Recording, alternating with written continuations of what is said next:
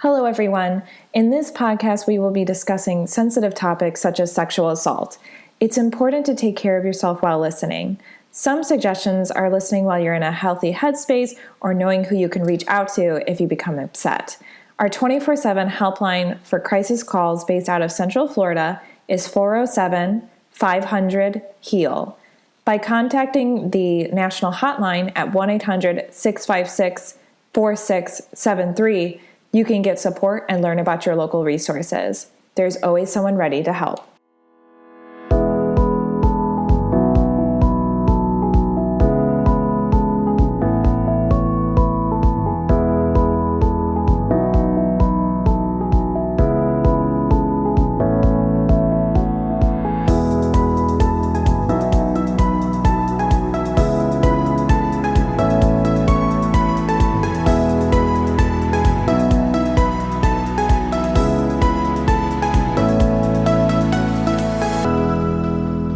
Welcome to the Victim Service Center podcast. Here we sit down with professionals that serve survivors and victims of trauma or those who have experienced violence and have conversations about social issues. This week we are talking about support groups. My name is Emilie Mitchell. My pronouns are she, her, and I am the education coordinator at the Victim Service Center. With me today we have Savannah Parvu. Savannah uses she, her pronouns and routinely shares her experiences with the public to grow knowledge of the tragic issue of familial trafficking within the commercial sex trafficking arena. She is a nationally recognized speaker on the subject and has become one of the foremost voices on human trafficking at the state capitol. Savannah, thank you so much for being here today. Thank you for having me. And I also have joining us Tiffany Gutierrez. Tiffany uses she, her pronouns and earned her master's degree in clinical mental health counseling from Argosy University in Dallas, Texas, and is a registered intern in the state of Florida. Her passion for working with individuals affected by trauma began when she interned at the Collin County Rape Crisis Center as both an advocate and counselor. Since moving to Florida, Tiffany has continued to work with individuals in private practice, as well as working with children in the Seminole County public school system. Tiffany aspires to obtain full licensure as a mental health counselor from the state of Florida in order to continue her work with survivors of traumatic events and better serve the community. Tiffany, thank you so much for being here as well. Thanks for having me. Absolutely. And I'm really excited to have this really important conversation with you both. As a very brief introduction, the Victim Service Center of Central Florida offers free and confidential one-on-one counseling and therapy to survivors of any trauma, like we have mentioned many times before on this podcast. But in addition to that, the VSC has support groups for survivors of sexual violence. And according to an academic journal titled Surviving Sexual Violence, A Guide to Recovery and Empowerment by Leach and Littlefield that came out in 2011, research shows that social support can help to buffer some of the stress that sexual trauma can cause. So in this episode, we are looking to explore what a support group is, what it is like to be in a support group and its benefits, the different groups that the VSC holds, and virtual support groups during COVID-19. So with that, Tiffany, I was hoping you could tell us a little bit about what a support group is, and is it different from group therapy? Yeah, so that's a great question to start this whole podcast off with.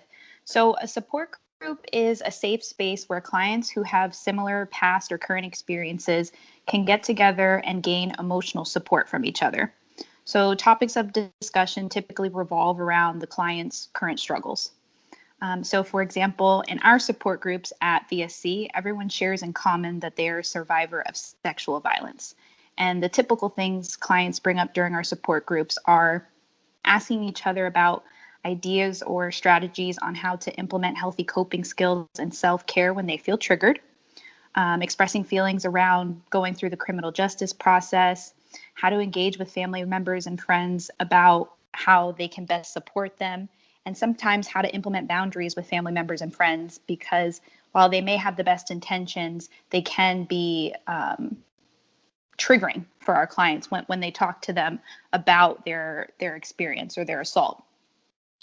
The support groups are typically open to anyone who's appropriate, interested, and ready to participate in that environment. And when I say open, I mean that new members can always join at any time. So they differ from support groups in that therapy groups, support groups are similar to individual therapy, where clients are invited to explore and engage with each other more in depth about their feelings. So clients who are invited to a therapy group have a good foundation in healthy coping skills and self-care, and they can manage digging deeper into their feelings during a group. These groups are typically closed, which means they are by invitation only. It asks that all members commit to the length of the group, which could be anywhere from 6 to 8 weeks, maybe more, depending on the type of processing group it is.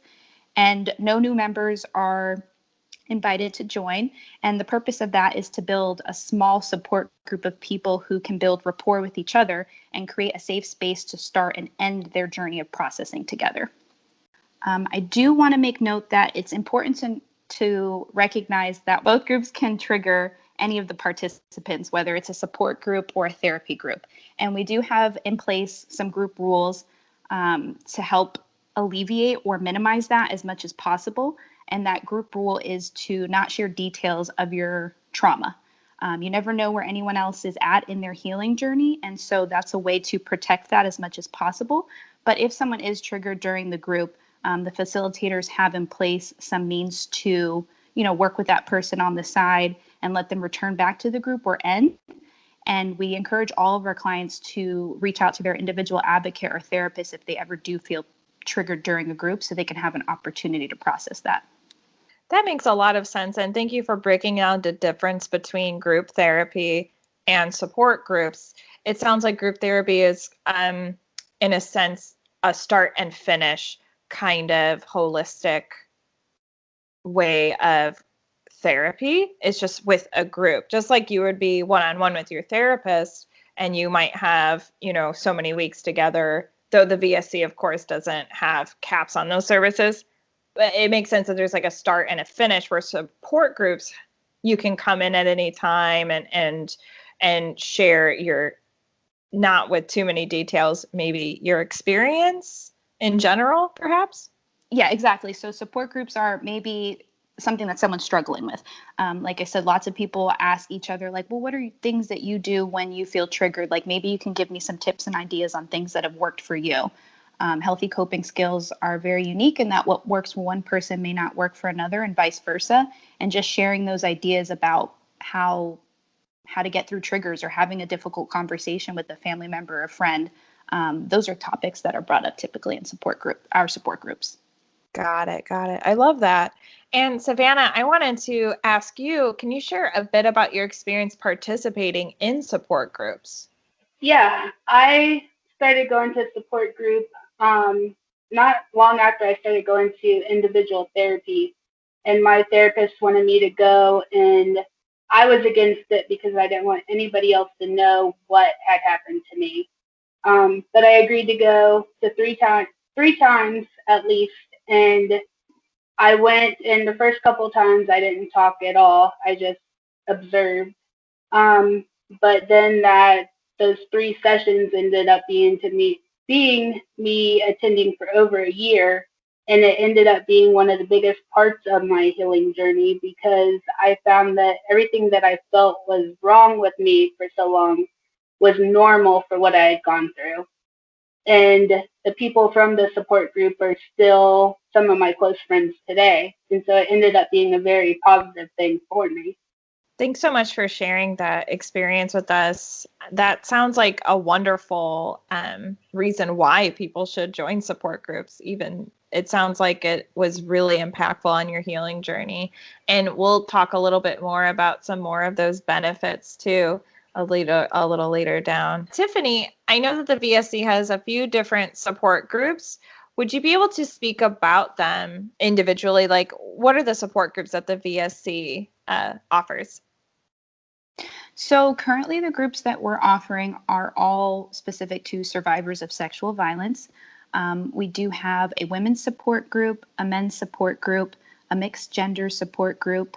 Rainbow Resilience, which is a support group for members of the LGBTQ plus community, a Spanish-speaking women's support group, and a Black and African American women's support group. That's amazing. I love, and I know that there's new support groups that are coming up all the time with the VSC too. So I think our newest one is the Black Survivors Support Group. Is that right? Yes, that is our newest group. Okay, got it. Yeah, so that's wonderful that not only can survivors come together as survivors of sexual violence, but also within specific groups too.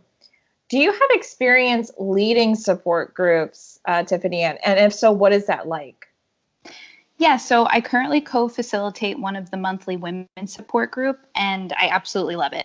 I've always really enjoyed facilitating groups because groups are so unique to a person's healing journey, and it offers something that individual counseling can't. So support groups or therapy groups are really supplemental to individual counseling. And I get to see firsthand how groups can essentially accelerate the healing journey for a lot of people. Kind of to go off what Savannah had said a little bit before in terms of she really found it helpful going through, participating in the groups for over a year, it sounds like, and it really helped her on her healing journey. I hear so many clients say that that's what they enjoy most about the group is the ability to share their current struggles with each other without having to share their whole story. So they feel safe to be themselves and not censor themselves or censor what they talk about in group. And just knowing that alone can help our clients have the support of other members. That makes a lot of sense. And I think that, with sexual trauma in general, there's a lot of alienation and victim blaming. And it must be really powerful for survivors to come together and share coping strategies. And that, like you were saying, Savannah, that a lot of what you were feeling is normal after going through trauma. That must be really powerful. Tiffany, I also wanted to ask, you have experience working at a different rape crisis center. So did they also have support groups? And if so, were they different in the setup or the way they were organized compared to support groups at the VSC? A little. So at the rape crisis center that I was previously at, we did have support groups and therapy groups. The support group we had, though, was geared towards more of a psychoeducational group around coping skills. So this group was also open, where new members could join at any time and participate given their schedules. Just to give a little context on what a psychoeducational group is, it's a group where the facilitators focus on teaching the group something specific and have the group participate in the new skill or activity together as a group or individually for the majority of the designated time, and then open up the floor to participants to reflect on the topic or activity and what it was like for them, how it felt during or after the activity, give them an opportunity to ask any questions about how to implement these skills in real life, and gain feedback from others who maybe have that experience with that particular topic or skill. These kinds of groups can also supplement the healing journey because, for example, in this coping skills group that I co-facilitated, we had participants who would discover something about themselves while working on the activity and then share with their individual counselor the next time they met with them for that experience and what it was like for them to participate. And it would allow for them to engage and dig a little bit deeper during their next counseling session. And maybe they wouldn't have had that experience otherwise if it wasn't for participating in the group setting and working on that coping skill. Got it. That's fantastic. So it sounds like is there like a structure to support groups generally? Is there like a typical topic every time you meet? Or are the support groups just in general just an open platform for survivors to share whatever they'd like? So for the coping skills support group that I co-facilitated at the other rape crisis center, it was very specific. So every time we met, we would talk about a different healthy coping skill or participate in like an art activity. With our support groups at VSC, we don't have any specific agenda. It's really just an open forum for survivors to talk about what may be going on in their current life at that moment and get feedback and support from each other. Got it. Thanks so much for sharing all of that, Savannah, I wanted to ask you, what are the benefits to support groups? What benefits do support groups or peer support have for survivors of sexual violence specifically? And how are their benefits maybe different from individual therapy, for example? I think one of the biggest benefits is just being around people who can relate to you and who they may not have experienced the same exact as you, but they've experienced similar, and they can relate to you in a way that nobody else can. And like with therapy, you have a therapist who helps you, but they may not have experienced what you have. And so it just helps being with people who have experienced something similar and seeing what works for them, because something that's helped them might help you too. Yeah, that makes a lot of sense. And I love hearing that you're still friends and really close with the other survivors that you met at the support groups. I wanted to ask, do you think every survivor of sexual violence would benefit from a support group? I think they might be able to benefit in some way. As Tiffany mentioned earlier, it can be triggering. So I think maybe not right at the beginning, support group might not be best for some people, but I think eventually having some type of support group can be beneficial for anybody. Absolutely. It sounds like there's a sense of like community as well, where maybe you would not get that experience one-on-one with a therapist like you were mentioning. It seems like even support groups, I should say, even add to your individual therapy sessions as well, because like you were mentioning earlier, Tiffany, that there were some coping strategies that they might not have thought of, but since related with another survivor and through a support group, they were able to bring that and work on that in individual sessions as well. So it almost seems like that they work together in tandem almost. Do you find that is the case, Savannah, from your experience or from, talking with other survivors? Yeah, I think most of us went to individual therapy as well as support group, and it helped. And it was also good because if for those of us who needed more therapy, like support group was an additional thing we had to look forward to during the week, in between therapy sessions too. I love that you said look forward to. It seems it's a nice way to connect with other people who have gone through similar experiences. Thanks so much for sharing all of that. Tiffany, the VSC, like we mentioned before, has a lot of different support groups with some tailored to specific audiences, like we mentioned, such as Black survivors, men, the LGBTQ plus community, women. What is the benefit of attending a group that is meant for a specific population over one that is more general to everyone? So I think the benefit of attending a group that is set up for a specific population is the idea and sense of safety, belonging, and mutual understanding. The topics brought up in our support and therapy groups are already very difficult to talk about. And I think putting yourself out there and being so vulnerable can just be intimidating. I think if you know you're coming to a space where everyone in your group already just gets it, to go back to what Savannah was saying before too, in terms of, she felt really safe to talk about common experiences and she didn't feel so alone, and even looking forward to having that, because she's right. If you're in an individual counseling session, you don't know your counselor's experience, and it's your session. It's not about the counselor, and just being in a room and around a group of people that has a similar experience without knowing the details necessarily of what happened, you automatically can understand, and it resonates with you what they're going through, and vice versa. I think everyone, of course, is very nervous for their first group, like Savannah said, which is completely normal and valid. But I've had clients express the value of being in a safe space where they don't have to censor themselves. And that connection is so vital to not only the healing journey, but just connecting with others is such a vital part of the human experience. Absolutely. And I actually had a question that I forgot to bring up, Tiffany. Is there an age range for participating in a VSC support group? Yes. So all of our groups are for adults 18 plus. Okay, got it. Good to know.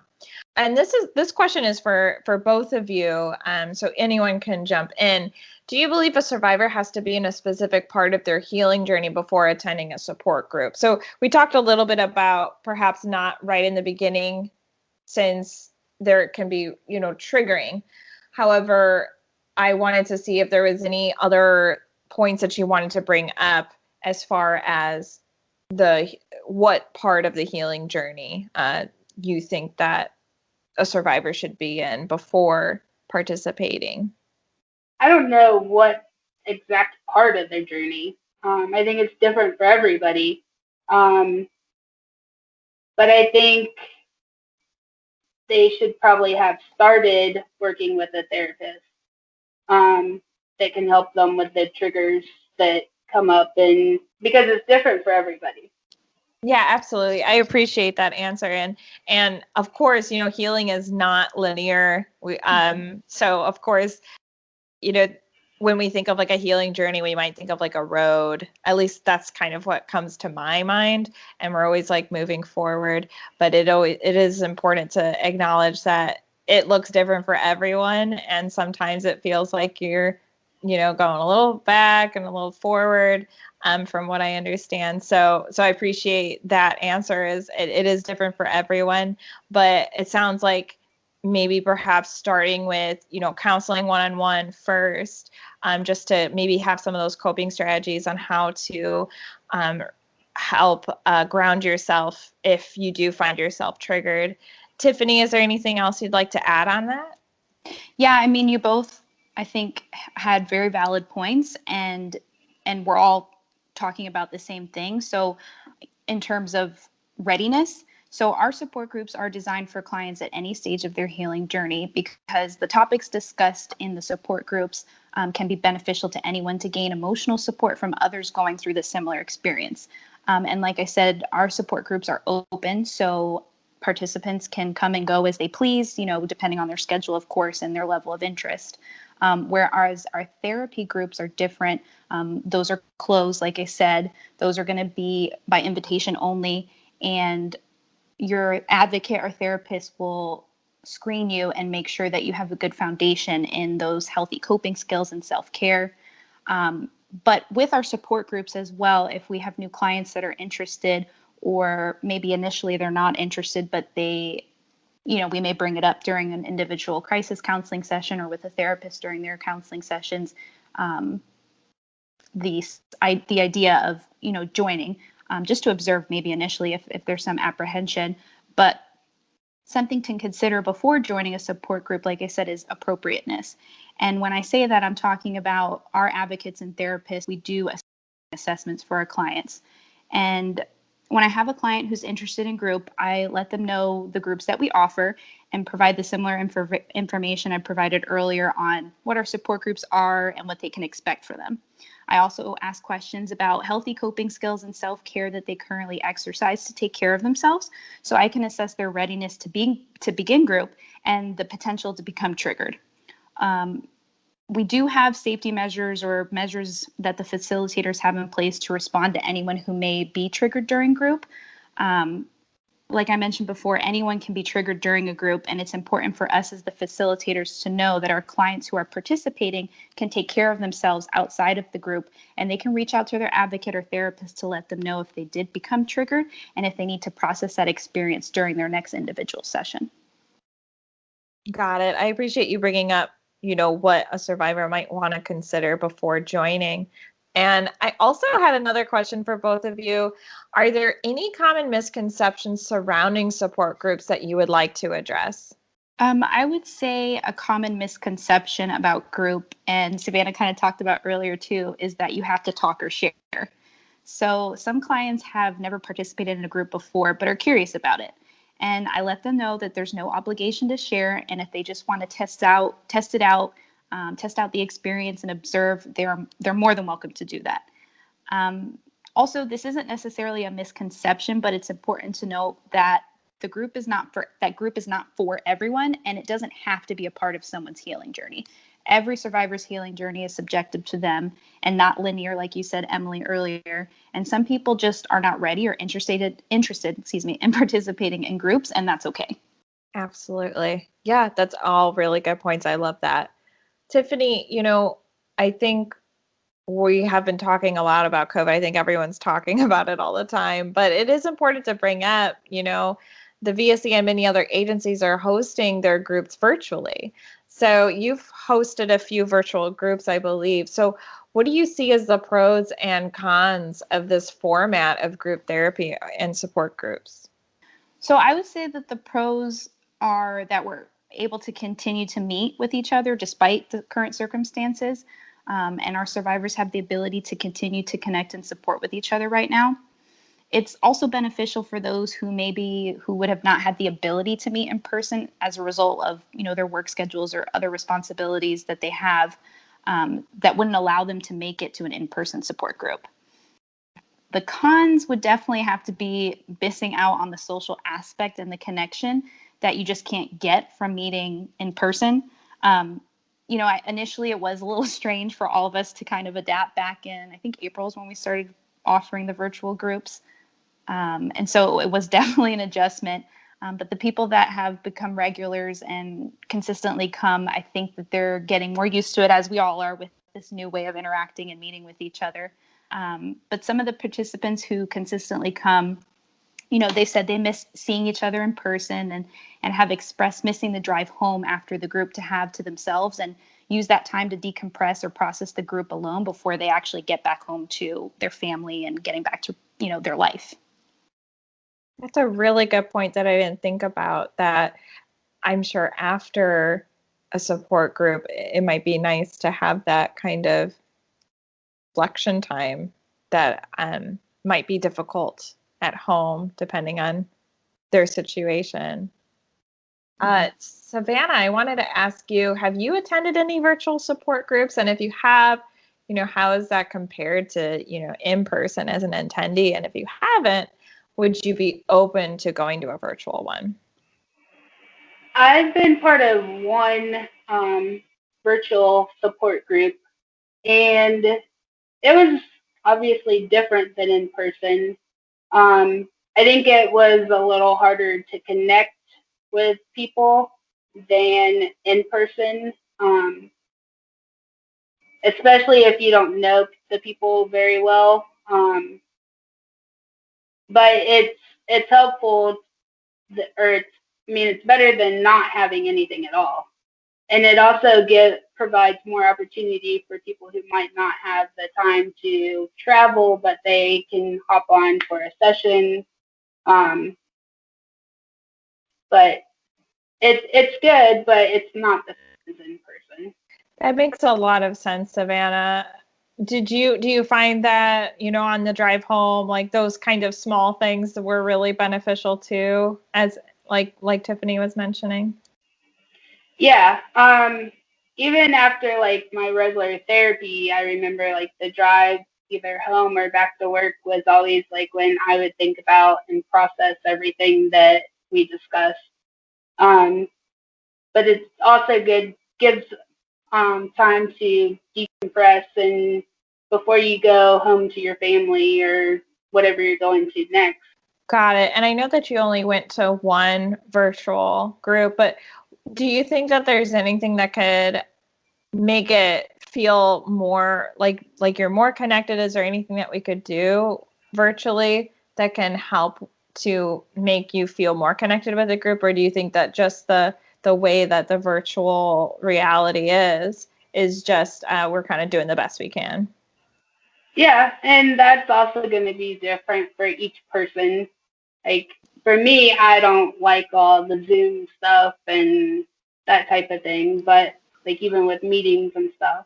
But I think a lot of people have found it very beneficial.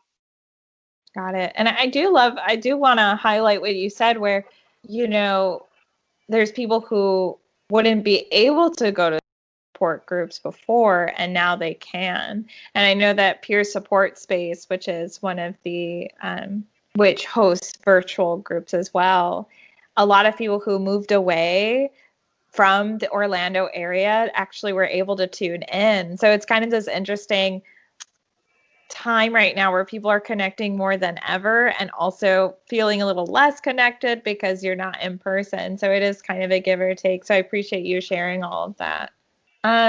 Tiffany, I wanted to ask, are there any challenges to leading a support group? So there can be challenges such as not knowing if someone will be triggered.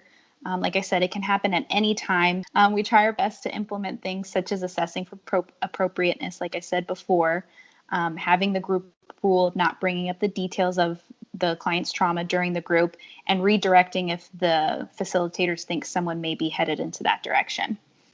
Another challenge that is valid for anyone leading a support group is asking participants to keep what is said in group staying in group. Because while the facilitators can guarantee confidentiality because of their role, we can't guarantee that for the other members.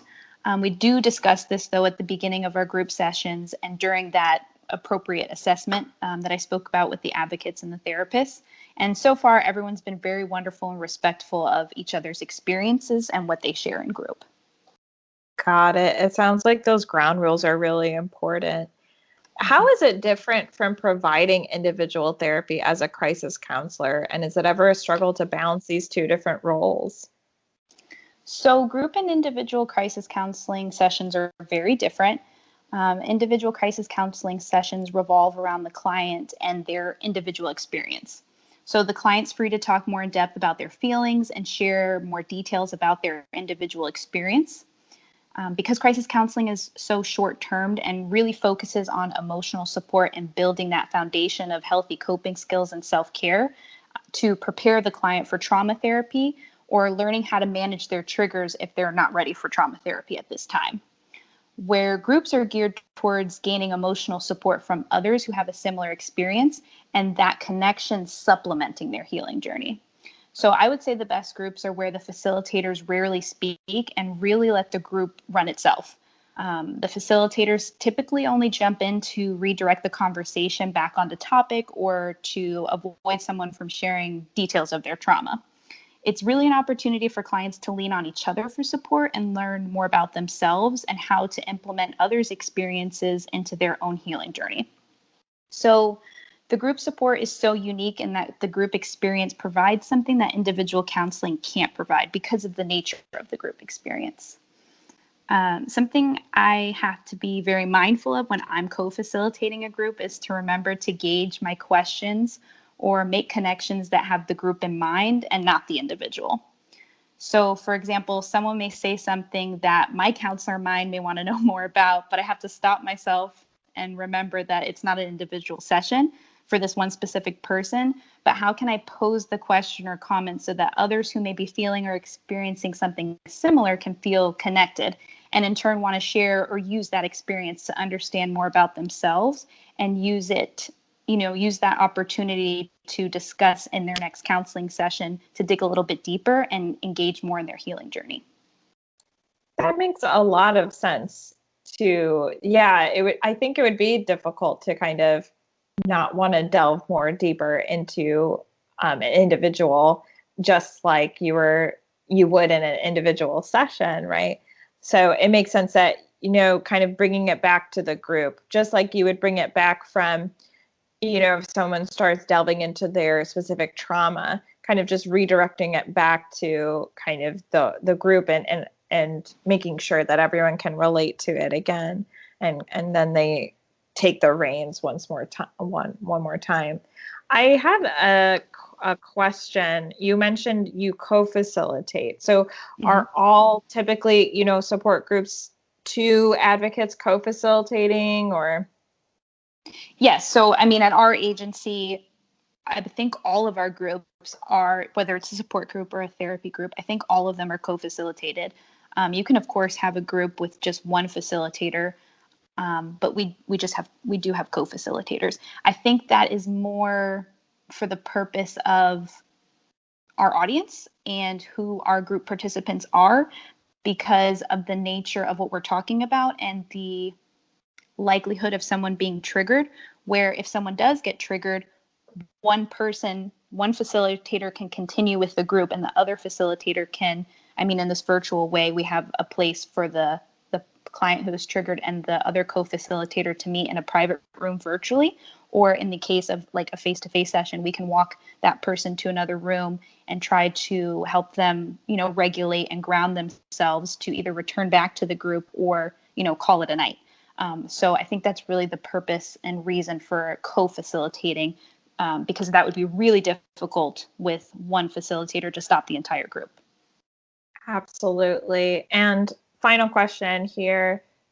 Are all of the support groups that you've been in or that you know of co-facilitated by crisis counselors only? Are there survivors that maybe are part of a speakers bureau member or a group or something like that facilitate support groups at all?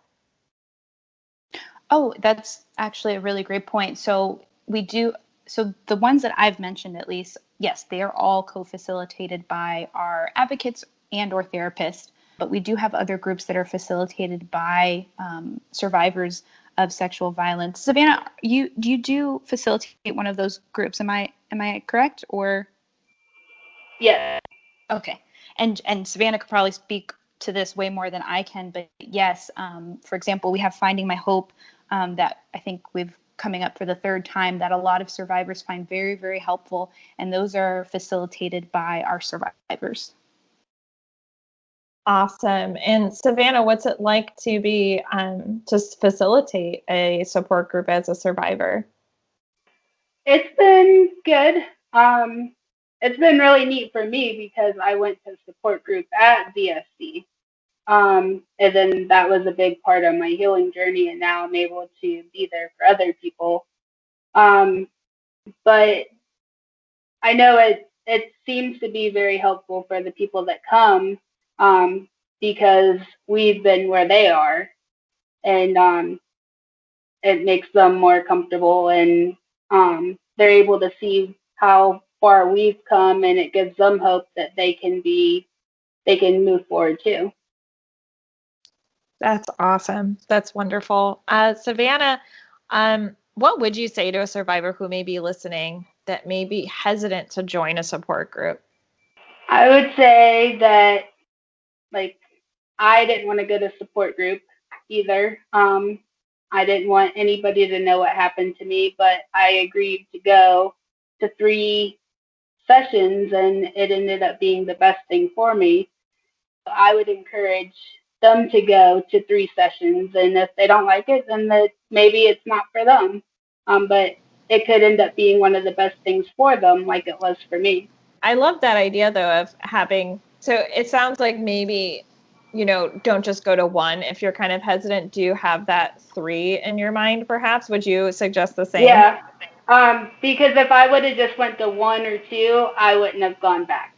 But I agreed with my therapist to go to 3 before I made the decision not to go back. And the 3rd time is when I ended up really liking it. So I think that's a wonderful tip there, because with anything, the first couple times it doesn't really show the full picture of the experience that you might be having. So I love that 3 is a magic number, they say. So I think it works for this too. Tiffany, alternatively, what would you say to a crisis counselor or rape crisis center that might be hesitant to run or create support groups for sexual assault victims and survivors? So I know everyone is so different, and many counselors don't enjoy running groups, and that's okay. We all have unique gifts and interests, and it's great because we can all really pursue and specialize in the things or topics we're really passionate about. But for me, I really love and enjoy facilitating groups because I love seeing how the participants come together to support each other and how it can really, like I said over and over again, just supplement a client's healing journey. Groups are such an important part of a survivor's healing journey if the survivor's feeling really isolated and wanting to connect with others. So I think having that option for them to participate, even if they just observe initially, it can really empower them, like it did for Savannah, to decide if the group is right for them now or if at all, and help with those feelings of isolation. Absolutely. And I think that is even more important right now during such a time where we're feeling kind of isolated. So yeah, I think that's a wonderful place to sign off. So I just wanted to thank the listener for listening to the Victim Service Center podcast. The VSC is a nonprofit organization that provides free, confidential counseling services for victims of any kind of trauma in Central Florida. To learn more about our services, please visit victimservicecenter.org. And to everyone listening, healing is not linear and you are not alone. And thank you so much, Savannah and Tiffany, for joining me today. Thanks for having me. Thank you.